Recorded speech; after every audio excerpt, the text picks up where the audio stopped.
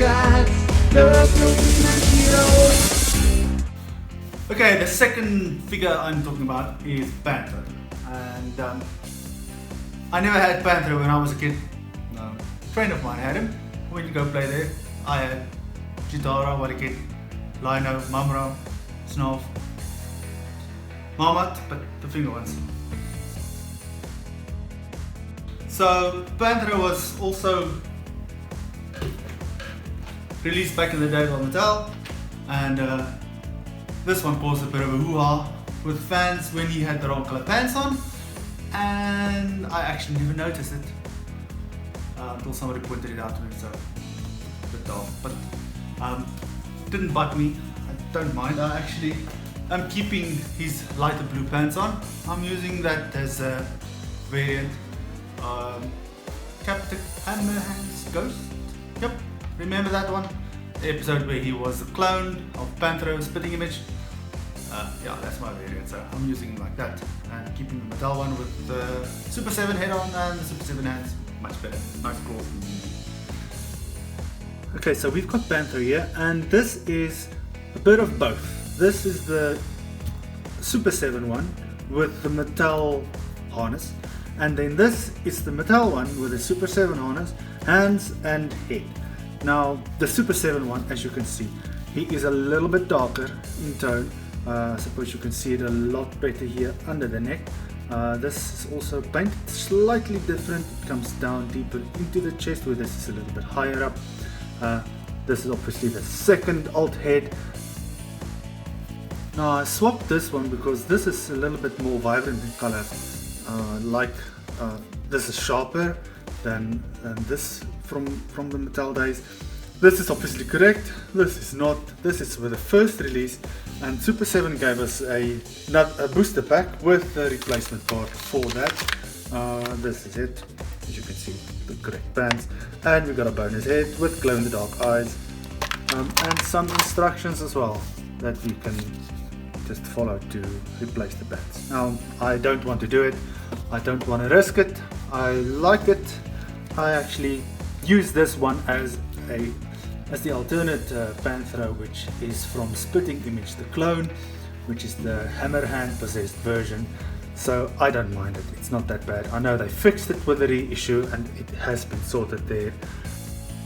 Another thing that I really fancy about these guys, and I've mentioned it before, are these hands. Now these claws are sharp. They actually look like they've come straight out of the cartoon. Okay, so this was also included in there, and I don't know if you can tell, but the one on the left, which is this one, is the Mattel one, and then this one is the Super7 one. It's a lot more shiny, and the cat's emblem is a lot more visible in the sense that it's clearer, I suppose. The paint is a little bit better. On my Mattel one, it's actually, I don't know if you can see it, let me just try and zoom in. They didn't even paint properly on top of it. Maybe that's why it doesn't look too well. Here's another accessory that he came with. This is the Mattel one. It has that little rope thingy around it. This is the Super7 one. It is a lot more gold than this one. You can see it shining a little bit more. But one thing that's wrong on here is the cat's emblem is actually facing down. And I don't know if they did it because it opens this way. I remember it in the toon being lifted up and showing that way. It doesn't bother me too much, I suppose. I guess you can hold it like that.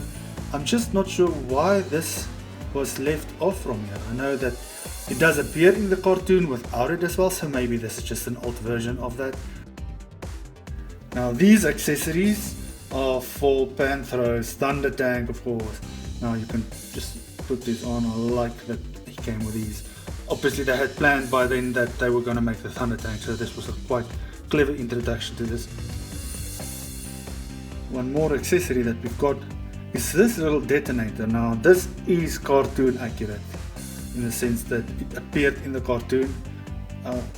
It was a specific episode. I'm gonna have to go back and see which one it was. I shared it so long ago I don't even remember, but it's so cool when they include little throwbacks to episodes. Here's a little twist, and this is something that Super7 changed at the last minute, I suppose, to make it stand out a bit more. That is obviously the spinning nunchucks that came with the Panthro. The original Mattel one was blue, and it had the red handle, where this is the other way around. So if you have both, then that's cool. I don't know which one I like. Maybe I like the blue one a little bit more. The red one is cool though. Only thing, it's a little bit difficult for it to hold. They're quite heavy, so whenever you have your figure standing, you have to pose it quite a few times just to get it right, so that it doesn't either flip and fall off or have the whole thing flipped over. So Panthro also came with a couple of extra hands. These are very expressive, and I know that Super7 has been excelling in these lately, especially with Silverhawks. Bluegrass comes to mind with the way that his fingers are posed. I really like that. Obviously, again, these sharp claws, perfect the way it was in the toon. Now these ones are actually the Mattel ones, and as you can see, there is a little bit of a difference in the color. Don't know if the light is fine to show it properly. I can see it. These ones are a little bit darker. These ones, the Mattel ones, are a little bit lighter. I like these more. Okay, so here's the Mattel one, and this one is the Super7 one. Now the difference between the eyes, apart from the brown, is that he's got pupils on here, which are just the dots, but on the Super7 one, he's got the correct cat pupils. I don't know if you can see it so well on here, but this is correct. I like this a little bit more. I don't know if it's just the color that stands out a lot better. This is the old head that he came with. This is a lot more expressive.